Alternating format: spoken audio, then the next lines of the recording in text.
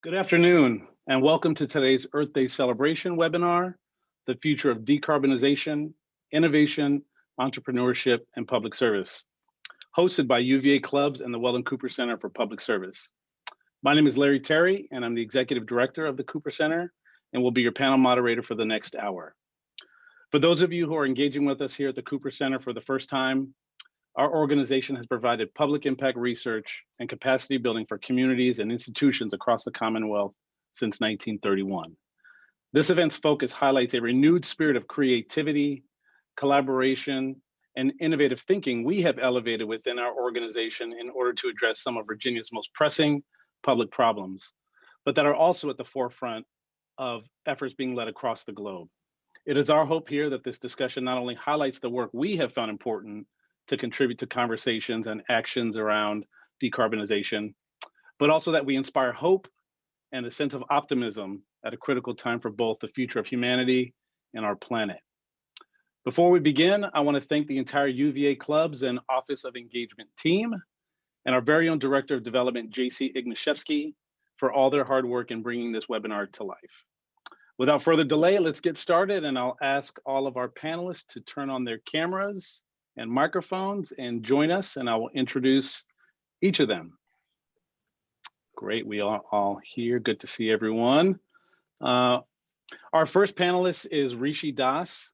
He's an environmental scientist with 12 years of experience in forest ecosystem ecology, natural resource management, climate change, and international development. He has worked in 16 countries across Latin America, Africa, and Asia on agriculture, watershed management, forestry, disaster risk and resilience, climate change mitigation, and REDD+ and conservation protected area management. He joined GCF Task Force as a program officer for the 2050 Deep Decarbonization Pathways Project in August of 2019. Rishi, thank you so much for joining us. Good to see you. Hi, good to be here. Our second panelist is Andres Gluski, and he has been shaping policy in the energy industry for years to accelerate a greener energy future for everyone. He served as a member of the President's Export Council from 2013 to 2016, and served as an expert witness at US congressional hearings on the subject of energy policy in Latin America. Today, he is continuing to drive transformation as chairman of the American Society Council of Americas, and as a member of both the US-Brazil CEO Forum and US-India CEO Forum. He has been the president and CEO of AES since 2011. Andres, welcome. Thank you very much, Larry. Great to be here.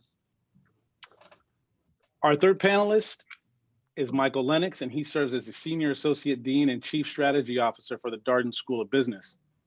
Prior to his current role, he served as Associate Dean of Innovation Programs and Academic Director of Darden's Batten Institute for Entrepreneurship and Innovation. He helped to found and served as the inaugural president of the Multiple University Alliance for Research on Corporate Sustainability. Michael also has a longstanding interest in the interface between business strategy and public policy as it relates to the natural environment. Michael, good to see you and welcome. Thank you. Thank you so much for having me. Absolutely.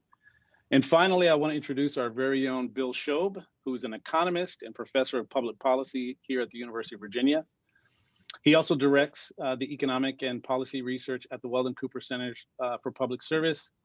He's a UVA Sustainability Fellow and worked on the team that designed carbon allowance auctions for the Regional Greenhouse Gas Initiative, and has worked on design and evaluation for the RGGI program, the EU ETS, and the California Cap and Trade program for greenhouse gases. In 2000, Shobe received a Fulbright Fellowship in Environmental Economics and Policy. His current research includes emissions market and auction design, environmental federalism, carbon removal technologies, electricity demand forecasting, and deep carbonization strategies for Virginia and beyond. Welcome, Bill Shobe. Thanks very much. Glad to be here.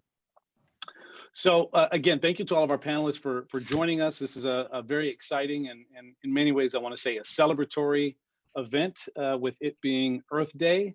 And so I know that the conversation is going to be certainly thought-provoking and definitely directed towards teaching us all a little bit about some innovative work happening. Bill, I want to start with you if that's okay. And so, to avoid some of the greatest effects of global warming, current scientific opinion suggests that we need to reach very low or even net zero greenhouse gas emissions by mid-century. So, Bill, can you talk to us a little bit about what an economy with no net greenhouse gas emissions would look like, and what changes will be required in order to reach this goal? Sure.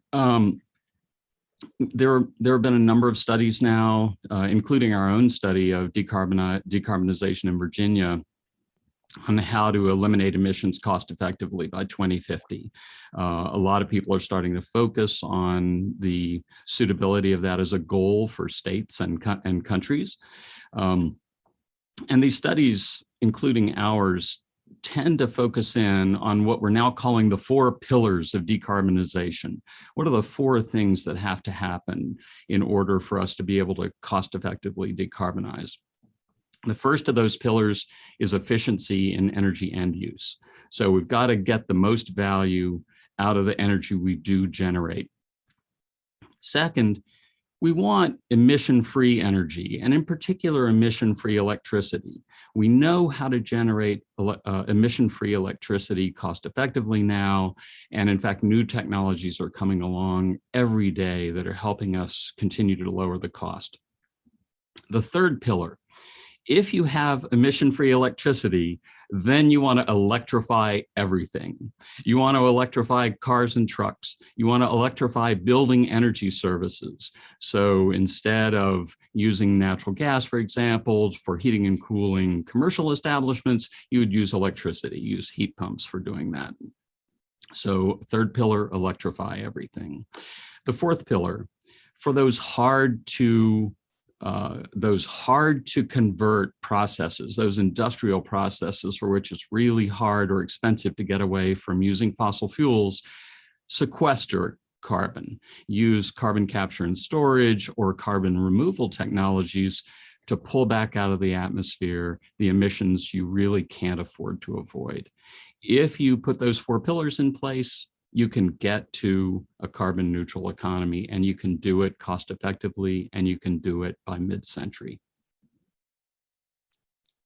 So, Bill, just as a quick follow-up, what does decarbonization mean for Virginia in particular, and what's the state's current policy towards decarbonization?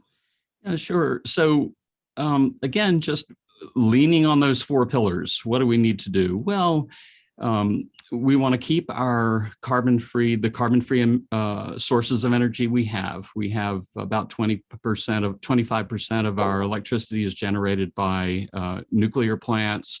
We need to keep those plants running. They are generating carbon-free electricity for us. We need to map out, and in fact already are mapping out, a strategy for large-scale use of solar energy and offshore wind and storage to go with it. Especially solar and storage are great partners. The third is electric vehicles, and we're again on our way to advancing the use of electric vehicles in light-duty cars and trucks, especially in Virginia. And then finally, in buildings, in the building sector, replacing fossil fuels with electricity. So here we have those 4 pillars again, but in the context of Virginia. Now, we already have some policies in place to help get us there. In 2020, the Virginia General Assembly passed the Virginia Clean Economy Act. And while we're thinking about the contribution of Virginia alum in helping decarbonize the world, the champion in the Senate, the Virginia Senate for that bill, was Senator Jennifer McClellan, who was a law grad from UVA. And she was the chief sponsor and champion of the Virginia Clean Economy Act in the Virginia Senate. So the Clean Economy Act sets a clean energy standard for our electric utilities. It sets a schedule for renewables deployment, at least through 2035.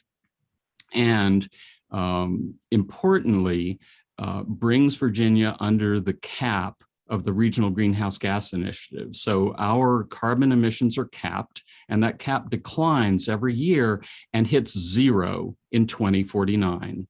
Zero emissions. Our cap will be zero in 2049. So these are policies that will get us to zero emissions by the end of this, at least in the electricity sector. This last General Assembly also added to that a clean car standard.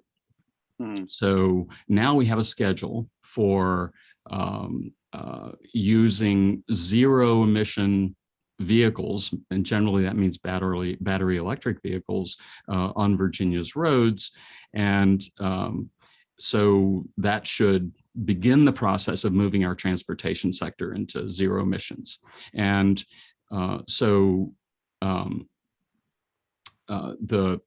what we know in thinking about what it takes to implement these is that if we start down this road, we can actually decarbonize Virginia's economy without increasing the share of the economy that we spend on energy. So we can do it in a cost-effective way. Great. Thank you, Bill, for that. And Andres, I want to turn to you next. In building in many ways on what Bill has just sort of laid out, you spent a great deal of your career contributing to this idea of greener for everyone, really. And so I want to ask you a little bit about decarbonization by 2050, because it will require not only converting the current electrical grid to renewables, but also greatly expanding it to electrify other sectors. However, new installations so far have only been to replace retiring coal, gas, and nuclear assets. So how can the pace of new solar, wind, battery, and other projects be accelerated within the next few years by 400 or 500% over current levels to sort of meet this target that we know we have a date for now? Well, let's say we're in the midst of a really sort of quantum leap in the amount of renewables we have to build. But I'd like to build a little bit on what Bill said, because the importance of storage. Let me see, I'm a little bit out of focus, I believe. There. Because in a lot of the discussion about renewables, people talk about energy. So today, in most places, many places, renewable energy is the cheapest. That is by kilowatt hour. But you really need capacity. Capacity is the ability to be online 24/7. So the problem, solar is a lot of energy, but it's not 24/7.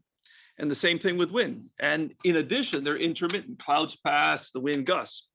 So we actually we were the first in the world to start working on lithium-ion batteries for energy storage 10 years ago. And it was prohibitively expensive. And this is a case where our global footprint really made it possible, because the first really industrial, let's say, or grid scale energy storage using lithium-ion batteries, we did in Chile, and we proved the concept out. And now we're in about 22 countries, and we have like 2,000 megawatts in operation. And really, my concern is supply, honestly. So when we talk about the renewable growth, it's going to be enormous, because it's, I think, happening in two ways. One is electrifying the grid, and we can talk about what are the great challenges there. But then it's really greening the transportation sector, and that's going to be an enormous challenge. And so part of that, I think, is electricity. Part of that's going to be green hydrogen-based fuels. So we're going to have to produce a lot of energy to produce, whether it be ammonia or directly hydrogen, because the energy density of hydrogen is great. So for mobility, you'll probably need some sort of fuel like hydrogen over the next years.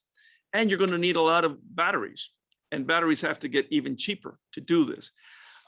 So in the short term, I'm very concerned about having enough supplies of whether it be solar panels, and the trade war with China is not helping that at all, and getting enough batteries. So for example, today we announced a deal with Northvolt, which is a new battery startup in Europe. They're setting up a plant in Poland. And so what we said is, we'll take one train, about a third of the production of that plant in the future. So it's a $900 million deal. So we're not owning part of the factory, but we made the factory possible by putting in a firm order for $900 million of batteries into the future. So that's the great challenge, is capacity, the energy. And, let's face it, there's also, as you build out solar and you build out wind, you're going to get more NIMBYs. People are in favor of green energy, but not necessarily in their neighborhood. We in Virginia are close to finishing the largest solar plant east of the Mississippi in Spotsylvania. It's almost 500 megawatts. And, and once you start getting to solar farms that big, handling local stakeholders is really key. So what do I think? I think we must do this. We're all going to run to do this. There are going to be bottlenecks. We have to work very hard to overcome those bottlenecks. I think we need a bit of a more a sophisticated presentation to the mass audience, because I get a lot of like, well, just put in wind farms and shut down all the fossil. Well, it's not necessarily going to work. Give you a case in Puerto Rico or in the Caribbean. You should have seen what our renewable plants looked like after Maria. The wind turbines were several miles away from the installation, and our solar farms were 80% destroyed. So the fact is, if you had 100% renewables, and again, you're living in Boston, you advocate this as an environmentalist for the people in the Caribbean, but they would have no energy for 2 years.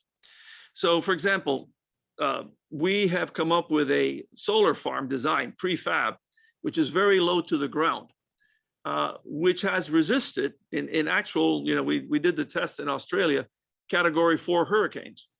But that's the sort of thing that's going to have to come over. And we have to have a more sophisticated discussion, because we can't do this overnight. You have to do this over years. You have to have the right policies. People like Bill have to come up with the right policies for, and explain them to the politicians and to the public. So an example of how to do this really is Hawaii. And we've been very active in Hawaii to get them to zero carbon, working with the utilities, the co-ops.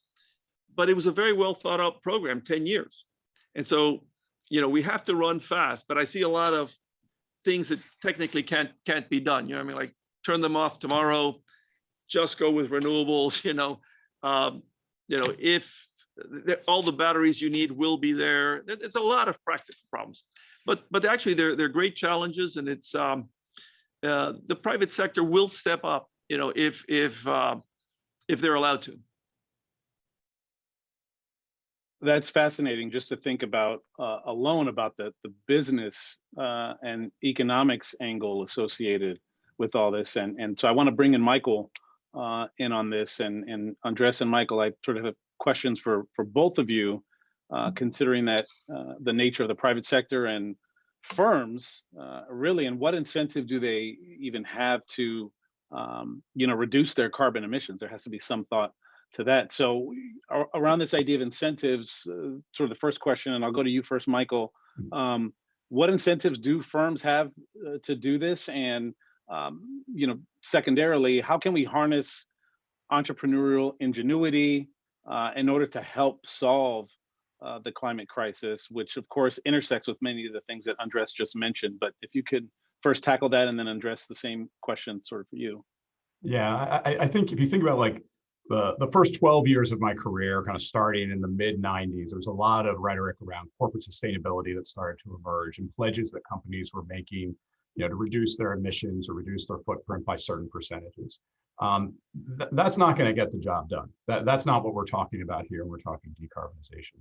We're talking fundamental transformations of different industries. We're talking about fundamental shifts in technology.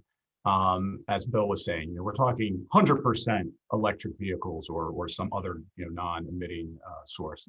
100% net zero emissions from electrical generation. So how does that play out in terms of the marketplace? So one of the areas where I'm probably most optimistic right now is electrification of vehicles. What we've seen in terms of the decrease, especially in battery prices, leads you to believe that we're not too far away from electric vehicles being competitive with regular internal combustion engines on current degrees of merit. And what I mean by that is you don't need people buying green to buy electric vehicles. Those will simply be the better alternative for people. It's not to say that policy doesn't play a role, because timing is everything with decarbonization and climate change. So how do we accelerate this? How do we make sure this transition takes place?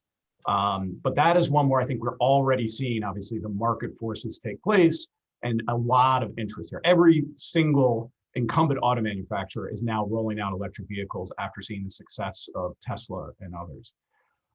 In terms of electrical generation, as Andreas was saying, there is a great story here about renewables and the cost of renewables that are going to lead electric utilities to favor them over alternative sources. But there are some real technical challenges. The intermittency issue is huge, and I think you can't emphasize enough the storage needs to make a renewable energy grid work.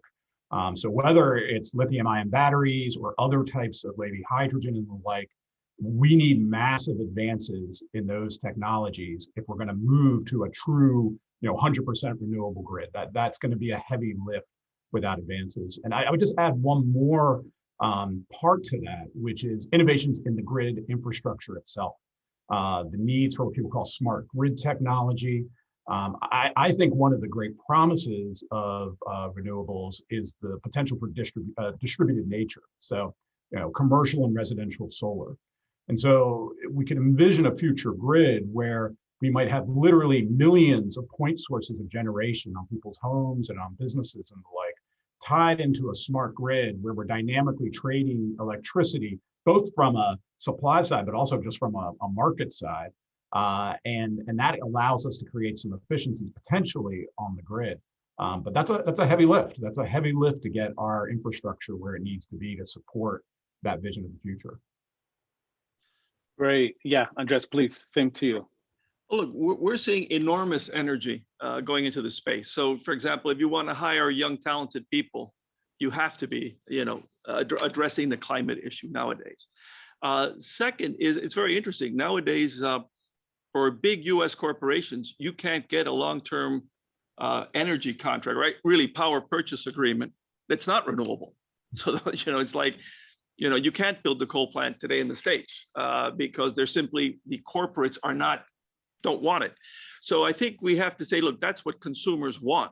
I think it has to be put, in a very clear way, what you're getting. But that's what consumers want. Consumers are saying they want green, and corporations are saying we want to provide them with green energy. Now, again, going back to Bill mentioned the efficiency aspect. I think one thing that it does not get enough talk is really how we're coming up with smarter networks and using artificial intelligence. So we've had 4 unicorns over the past 5 years. That means that we were able to buy small startups, with like 50 people and so forth. And having a big multinational corporation, we left them alone, but fed them. And they have more than $1 billion valuations today. So one of them is, for example, artificial intelligence enabled bidding engines. So you can not only, we had the software to charge and discharge batteries optimally from a technical point of view. Well, now we have the software to make it optimal from a financial point of view.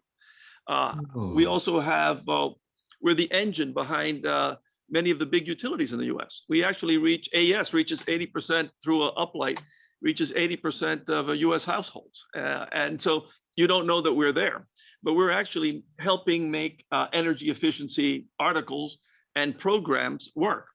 And the fact that we were the first and have become the biggest, AI kind of feeds on itself because our algorithms are more perfected. So it's kind of interesting. We are the biggest seller of Nests in the country because of an algorithm that allows everybody to get their subsidies automatically. So I think that, I've seen a lot of worrying things, in the public dialogue, things that, like, again, not worrying about capacity, not understanding the complexity, not understanding the timelines. But I've also seen not understanding the role of the private sector. For example, the first versions of the Green New Deal were saying, this is too important to leave to the private sector. But really the question I would ask, I don't know of any country that's massively changed its infrastructure in the post-Soviet era without using the private sector. So China, which is the biggest builder of renewables today, does it through the private sector. India is doing it through the private sector. So the last thing I'd say is that, the importance of the global. So for example, with our prefab solar, which again, it doubles the energy density, by the way, so you need half the space. And with our battery storage, we're trying to franchise that in India because we can all drive, Teslas and buy renewable credits. But if India builds and Southeast Asia build all the coal plants they have on the drawing boards, it won't matter. So since our mission is to accelerate the future of energy, we have these technologies, including, for example, the AI, which would be fantastic in India, and we're working on that. And I've spoken with the Prime Minister, who set out fantastic goals about building up renewables. So I think that the other thing that there is sort of incumbent on us, on the developed world, to try to make those technologies available. And it's not, it's simply because we won't achieve our objective if we don't. Thank you both for that. And it's actually a nice segue in sort of laying out that global context. Rishi, I want to turn to you next to sort of build on these thoughts around sort of the impact globally. And we've certainly done some conversation about things that are happening here in the U.S., but what about other countries? A few have been named so far, but what are some of the strategies for helping to achieve decarbonization in other countries, even as many of those countries are in some way struggling to provide basic needs for citizens? So there's certainly a balance that has to happen there. So what's happening in other countries in that context?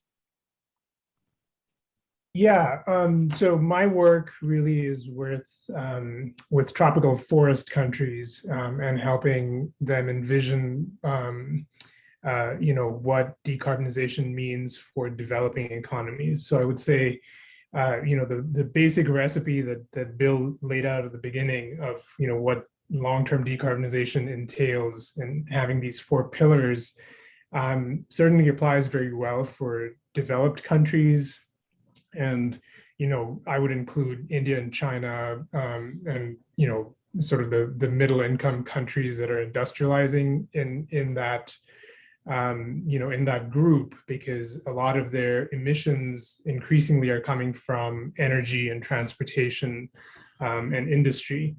But for many developing countries, their economies still depend on forests and the land sector. So forestry, agriculture, livestock, producing the major commodities like palm oil and beef and soy that are associated with driving deforestation. So in those countries, I think, building the business case is certainly, I think, further behind where we are with some of the with developed economies. But I think there have been some promising advances that have been made.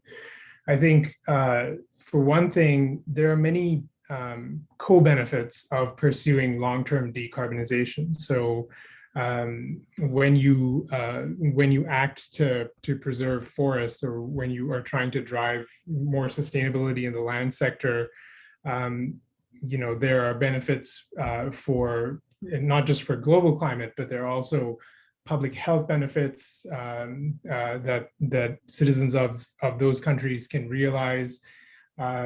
There are lots of other environmental ecosystem services that forests and other natural ecosystems provide, and whether it be mangrove forests on the coasts protect against the effects of changing climate and storms.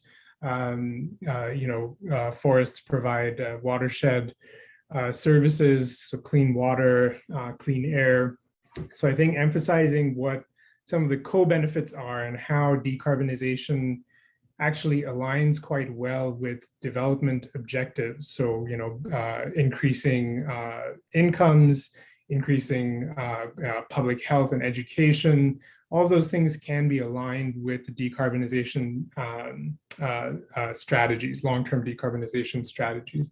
And eventually, of course, all of these countries, they plan to industrialize, they plan. So if we're looking at Brazil is a good example, Brazil has significant industry and energy requirements, looking towards the future. So eventually, as I think, as Anders was pointing out, if developing countries continue to use coal and continue to use sort of the old technologies that are very carbon intensive, we won't collectively on a global level get to where we need to be. So I think, emphasizing what some of the benefits of decarbonization are and how they align with development objectives, and then also, leveraging the global community and bringing finance and bringing the kinds of international support that's necessary to drive ambition in developing countries is also quite important. Rishi, I want to stick with you just for a second. You spoke at some length about deforestation, and it almost seems in the United States that we are a bit detached or removed from the act of deforestation or the impact of deforestation in many ways in sort of a visual or tangible sense. But given your experience working sort of in the forest ecosystem, what can we do to encourage forest preservation as part of our efforts to achieve net zero emissions? Yeah, that's a good question. I think because decarbonization in particular, does not, it doesn't, it looks primarily at energy use because, energy and transport and really the use of fossil fuels in different forms drives, an increasing proportion of emissions, especially when you look at it at a national or an international scale. Enhancing the cheapest technology that we really have for removing carbon from the atmosphere is still plants and forests, and that until the technology for, say, carbon capture and storage, if the cost of that falls low enough to be competitive with just planting trees or preventing deforestation, which is probably not likely to happen for quite a while, it still represents one of the best investments. And I think our goal with talking about decarbonization with developing economies really has been on trying to emphasize, what the global benefits are. And there has been, quite a bit of work done over the past decade or so on trying to, create finance through mechanisms like REDD+, which is, through the UN Climate Change Convention, an effort to provide payments. And I would say there have been mixed results. I think there has not quite been the scale of finance that was expected about 10 or 12 years ago. But in some of the cases where there have been bilateral agreements between countries like Germany and Norway, even the US, providing direct payments to countries to reduce deforestation, there have been, at least short to medium term gains. Over the past decade, unfortunately, a lot of that has been reversed. So between, say, 2012 and the present, especially in the last few years, countries like Brazil have seen, a significant backslide, and an increase in fires and deforestation. So, one of the things that's tricky about forests and forest conservation as a way of addressing, global emissions is that there are a lot of risks associated specifically with, providing finance for forests and seeing that as, an offset for not reducing emissions from fossil fuel burning. But I think those things can be addressed. And I think the important thing with forests is that, carbon sequestration is one of many services that forests provide. And forests are important for a lot of other reasons, for biodiversity, for the stability of global climate. And so there's not just one good reason. And I think decarbonization alone isn't enough to make the case that we should protect forests. I think that's why we have this standard recipe on reducing, on trying to make the energy sector go carbon free. But I do think that for developing countries, it's an important source of finance. And I think there are broader global goods that forests provide that make them very important for us to continue investing in sustainability, really, for forests. Great, thank you. Andres, I see your hand is up. Yeah, I just wanted, I mean, because it's interesting. I mean, we used to run the electricity of Cameroon, for example. We've been a big energy provider in many developing countries. I come from a developing country. So I just want to say that, you know, what Rishi is saying, we can, in a sense, have both. They're often very complementary. I'll give you a case. In the Dominican Republic, yes, they're using natural gas. But if you really go to the poorest part of the population, what is the alternative? Many times it's things like charcoal. So one of my big frustrations is, you know, you have Haiti next door. People talk a lot about Haiti, offer it money, but I'm really disappointed in the ability of the official agencies to get effective help in Haiti. So for example, if we could bring in propane gas to Haiti, it would so much improve people's lives. Women wouldn't have to go out to gather wood. They've cut down all their trees. Now they're going into the Dominican Republic to deforest it. So you think, well, you know, you're bringing in, you know, a greenhouse gas, effectively propane, but it would have so many other effects. The other one I'd like to say, it's interesting.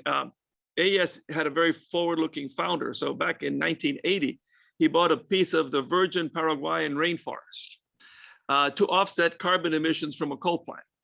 Today, it's the last remaining piece of virgin forest in Paraguay. It's actually being used to seed the other ones.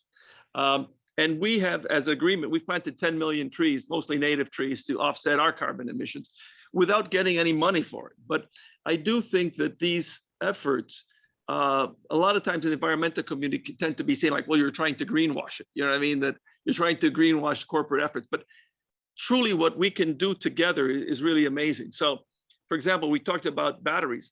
You know, we talked about USAID about putting in solar panels and batteries, for example, in Colombia, post peace agreement with the guerrillas, because I know the area, and it's, you know, to build high tension wires to all these remote villages is just horrendously expensive. You could use distributed energy, which I think Michael mentioned. So the technology is there. Now, I can't do it as a business. And I can't say I'm going to go into 5,000 Colombian small villages, but the government agencies can, and the multilaterals can. And what I have found is that, you know, very often they're not brave enough to do these things. So they prefer to lend to me for a great big project rather than going into some of these more difficult things. So I just mentioned that because sometimes people say, you know, do we want to leave these places, you know, not contaminate them with modern technology?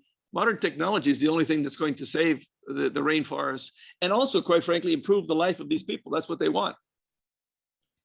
Michael, go ahead. I see you wanted to jump in there. Go for it. I hope I'm not too depressing, because I think this is maybe the fifth pillar for Bill. This is not just a developing economy problem. I'm adding as we go, Mike. Yeah, I'm adding as we go. This is a developed economy problem as well. So 25% of global emissions come from the agriculture sector. Vast majority of that comes from methane as a result of typically cattle or livestock more broadly. And then, of course, the use of nitrogen-based fertilizers has releases as well.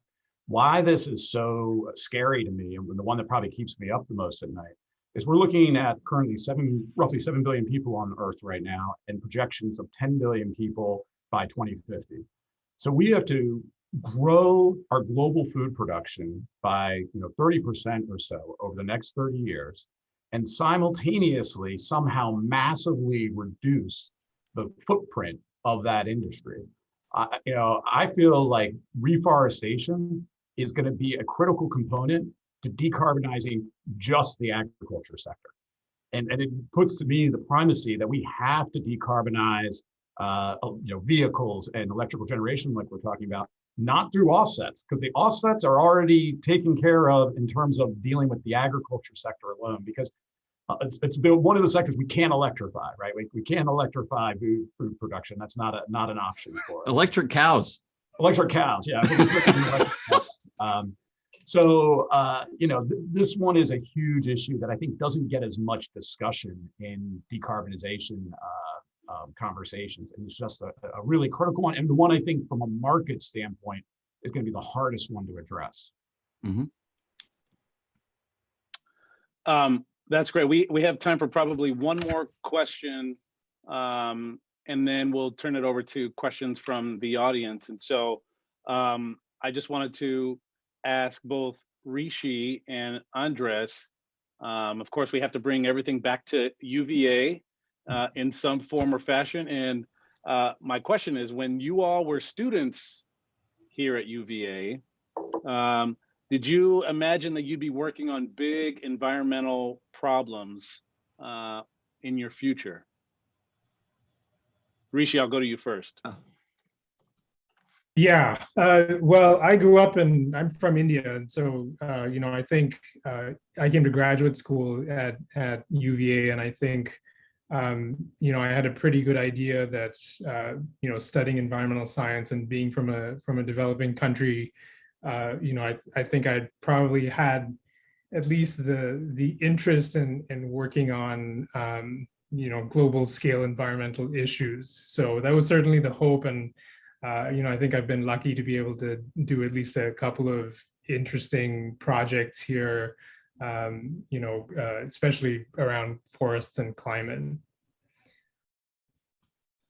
Andres? Well, it's funny. As an undergraduate at Wake Forest, I was more concerned. Yeah, I remember I had to I was one of the sort of 12 senior orators, and I actually talked about the problems of externalities and pollution. However, when I was at UVA, I was much more into sort of macroeconomics, to be honest. So now I've kind of sort of come full circle because, in the late 70s, there was much more concern about global warming. I mean, you can remember the movie Soylent Green. It was all about global warming. And then that really died out in the 80s and 90s to some extent, in sort of mass culture. So I guess I've come full circle. Now I'm this is, why I wake up in the mornings and go to work. Larry, how about Mike? He's also a who? Yeah, I did. That's right. I'm a double who. I did my double who. Sorry. in systems engineering, but it's interesting because my interest in the environment dates back to my undergraduate days. I worked in the Center for Risk Assessment with Yakov Hames as an undergrad and as a master's student. What was new to me was actually finding myself as a business school professor. So I went into even my PhD studies in economics with an interest in environment and environmental policy, and kind of found my way to the business route just because of the power of markets. And as Andreas, I think, articulated before, we're not going to solve these problems if we don't leverage the power of especially the innovation and entrepreneurial side of markets here. I just don't see how we get there otherwise. And so that's been a motivating force for my work since my professor days now. And just sticking with the sort of the student angle here for a second, what do undergraduate students, what do they need to learn? What can they do to sort of prepare themselves during their undergraduate experience to address decarbonization in the professional sphere, if that's sort of their vision or their goal for themselves? What can they do? And Rishi or anyone can tackle that one. Michael, all of them. It's interesting. So the Time magazine, I think, in honor of Earth Day, had this issue that I think is largely about climate change, but they use this term, I think they call it climatization, which is essentially that everything ultimately connects back to the climate. And I think that, I'm not sure if I don't know if everything necessarily connects to the climate, but I do think, one thing that is valuable over here from, to think about in terms of perspective is just that, climate change isn't just about, the concentration of a gas in the atmosphere. I think all of the efforts, and this panel over here is a good demonstration of it, is that, it affects all of us. And, it is sort of there are aspects of how our economy works, our society works, how our own lifestyles are structured, how countries differ from one another in many different areas. And so I think, in terms of advice for undergraduates, you can be working on, public health, or you could be looking at the COVID pandemic, or you could be working on, food systems. You could be an artist, you could be working on, issues of racial justice and equity. environmental justice, and there is an aspect that relates back to climate change. And so I think, being informed on, the science and the policy, but, I would say, working in every other sphere and thinking about how it relates back to climate is a good way to think about it. Michael, any thoughts for? I think I kind of advice? articulated it any better than Rishi just did, and I think that was wonderful. The only thing I would add is I think this topic specifically of decarbonization is really important because I find that people get overwhelmed with climate change, and there's a sense of like I don't even know where to begin to think about it. In my own work, I've taken a very like sector specific viewpoint because I think it's manageable. It's again, how do we electrify vehicles, right? Like that's the question at hand there. How do we generate a renewable grid that works in dealing with intermittency? How do we deal with steel and cement, these backbones of our industrial society, but that emit greenhouse gases?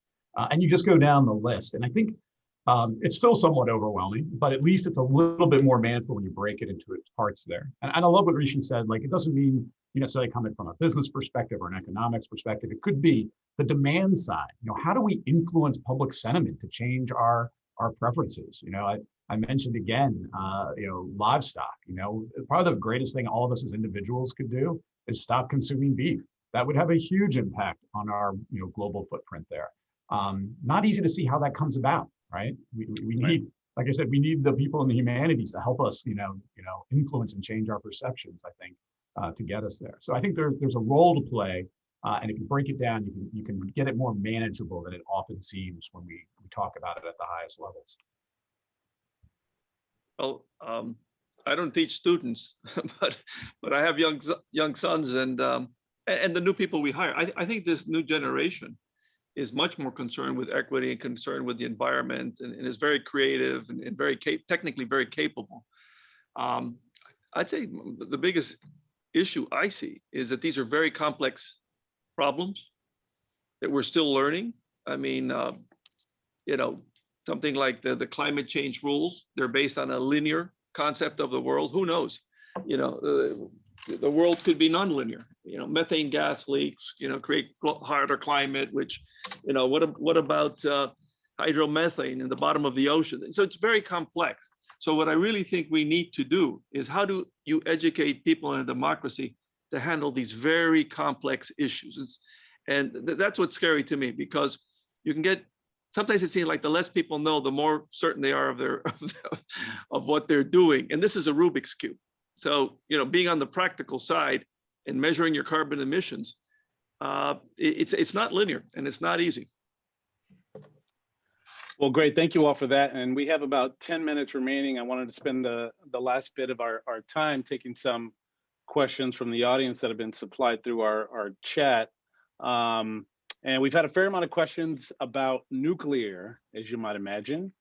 So where does nuclear energy fit into all of this? And how can and should nuclear energy be included into the decarbonization goal? And I'll turn it over to you all in terms of whoever wants to take a stab at that first. I'll start and let people weigh in. I mentioned nuclear when I was talking about Virginia because we get nearly 25% of our emissions of our electricity from nuclear plants. If we were to try to replace those right away with anything else, it would increase emissions. It's hard to imagine how we could replace those with renewables in the short run. We need those plants. We need to keep our nuclear plants running for the time being until we can either improve the technology of new nuclear plants that we may build after these ones age out, or not use nuclear in the long run if we don't come up with a good technology. But there are lots of smart people working on all kinds of new nuclear technologies, including nuclear fusion. I was just reading an article about that. That's been around the corner since I was a kid and is still just around the corner. I'm not holding my breath. But my point is that we have to think first about the short run problem. And the short run problem really requires us to use the best assets we have now. And then in the long run, we can make a studied decision about whether nuclear fits into our long run plans or not.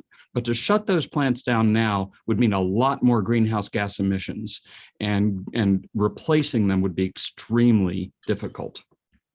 I completely agree with Bill. The thing I always point out about is nuclear as a potential solution. There's exactly one nuclear plant under construction in the United States. The average time it takes to build a nuclear plant is over a decade. Lots of regulatory and other barriers, NIMBY problems, you can imagine. The two potentially, I guess, arguably largest countries in terms of their percentage of their energy that comes from nuclear are France and Japan, and both of them have been moving the other way, decommissioning their nuclear assets. So I agree with Bill, like you got to keep the ones that are going for now. Whether it can be kind of that silver bullet solution, it seems highly unlikely. But I'm right with you, Bill, that we got to continue to invest in innovation. So beyond fission, there's also the idea of small modular nuclear. So leveraging technologies that are used in like submarines and the like. And that's one that seems to be getting closer to market viability. And it would be smaller applications. I'm not sure if it would be as much utility scale applications, but some industrial uses and the like, that might have some real promise. So I think we got to keep investing. We got to keep trying to innovate here.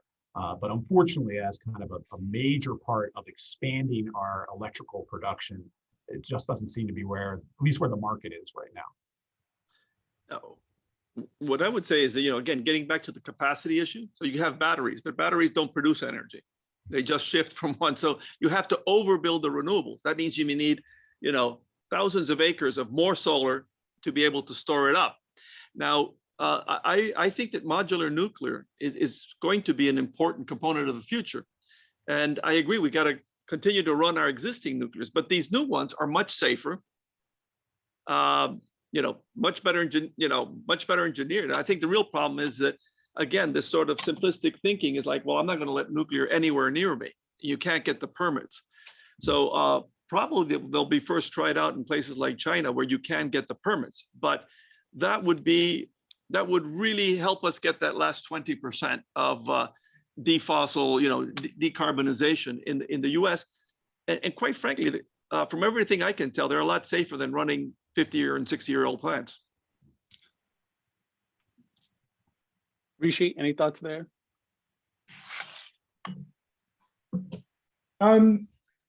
Yeah, I mean, I think that it probably is unavoidable, as Bill was saying, in the short run. My personal view is I don't know, it's always hard to predict. I think the interesting thing about decarbonization, if you look at states in the United States that have, pursued it, is that once they've sort of set themselves to achieve, like if you see what's happened with solar panels or even with batteries, is that they've been able to achieve way more than what they set out as initial targets. And it's always hard, even 5 years out, to see what technology will do. So I think with nuclear, the handling of waste and the safety of the technology is always a big concern because of, the duration that you have to manage the wastes for. But, I wouldn't say that, I have a crystal ball where I'd be able to say that it's not something that we will be able to engineer our way out of. So I wouldn't be in the camp of saying, never to nuclear because it creates its own issues that we have to deal with, and there are trade-offs. Great, thank you. We've got about another minute or so, and I just want to turn to each of the panelists for maybe 20 seconds or so for any sort of final parting words of encouragement and just about the importance of the work that we've sort of discussed here today. And Andres, I'll start with you. No, this has been a great panel, and it's always fun to have an interdisciplinary panel to come at a problem from many perspectives, and that's what I think we need to do. I think we need intelligent, rational, and to some extent non-emotional discussion, because I'm very worried about sort of off-the-cuff policy. And just to give an example is Germany. After Fukushima, they shut down their nukes. They built coal plants.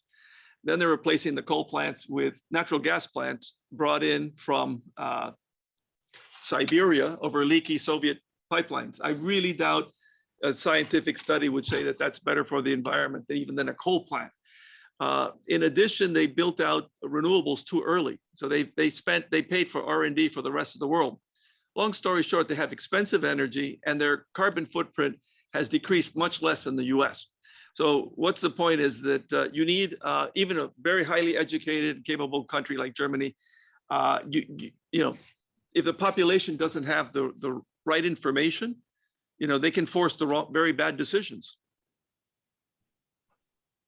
Michael, any final parting words for 20 seconds or so? As the business school professor, I'll make one further plea about the importance of innovation and markets. But what I will say in addition is to recognize that markets work in what I like to call the institutional envelope.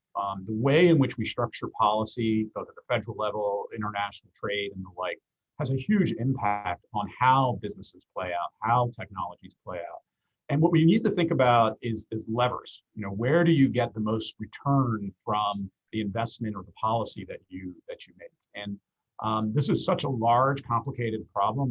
I've argued that we need to have a comprehensive technology policy, not only in the US, but really globally as well, to try to drive these, again, disruptive changes across these very large sectors of the economy. So, again, there is no silver bullet here. This is going to take a lot of concerted effort in a lot of different directions. Rishi, any parting words here in the final 20 seconds? Yeah, I think I agree with what Michael said about there not being a silver bullet. I think this is a very big challenge, but I think, I'm encouraged by seeing what the experience of, states like California and various countries that are actually decarbonizing, have been decarbonizing for a while. So it is possible. And I think, Andres's point about, being informed and having a neutral discourse and kind of taking the politics and the heat out of these issues will bring us all to a better place, because it's something that we all have to it's a global challenge that everybody is trying to solve. And to the extent that we can have well-informed discussion with lots of different people participating, we'll be well ahead, we'll be well prepared to make this transition, which really is a very deep transition in the way that we live, really. And Bill, we're up against it, but please, any final words of encouragement? And let me just say, we're in a lot better position now than we thought we were going to be in 15 years ago. And I take away from that a message that this is a problem we can solve. We just have to concentrate and get on with it. Andres, Bill, Michael, Rishi, thank you so much for your time and your expertise and perspective the past hour. And thank you all for joining us here today for this, again, this celebratory Earth Day event. We hope to see you all soon. And again, thank you so much for joining us here this afternoon. Take care, everyone.